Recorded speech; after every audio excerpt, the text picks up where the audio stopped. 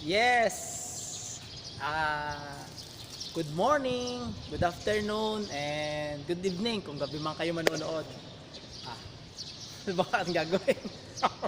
So ako po ay nasa sa gymnasium ngayon, San Lorenzo Ruiz Hall, para po mag-demonstrate ng ating magiging activity na cardiorespiratory and musculoskeletal exercises. Ano? So mamaya ipapakita ko po sa inyo yung aking matagal ko nang ginawa na ang tawag dito ay ladder.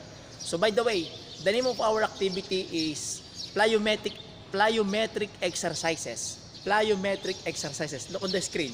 Plyometric exercises. Ano?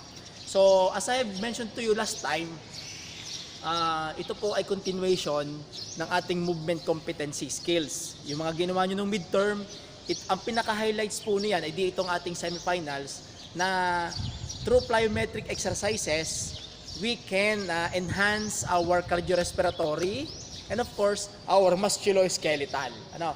The bone strengthening, the resistance training.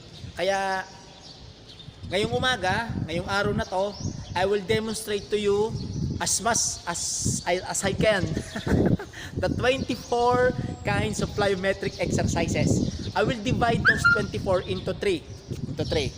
Tayo mo na't may nagmamahal sa akin. Sabi nang wala mo na. Yan.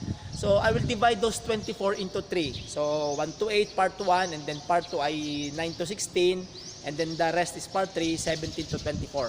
So, I'm not that perfect to demonstrate, but I'll show you the details on how are you going to do those 24 plyometric exercises. Sana, bago kayo magsimula ng exercises na to, ay nagpa-condition muna. Kasi baka mamaya ay sa kalagitnaan ay tayo bumigay, tayo ay masaktan. Pero sabi ko nga sa inyo lagi, pagka ganitong mahahaba ang gagawin, we can spend a lot of time. Mahaba ang maghapon, or pwede rin naman sabihin natin na yung kalahati ay ngayon, then bukas yung kalahati. Ano? Huwag nating dali-daliin. But today, I will perform those 24 at this time. Ha? Wala akong interval. Siguro ang interval ko yan, hihinga lang ako at iinom ng tubig. Okay? So, yun lamang.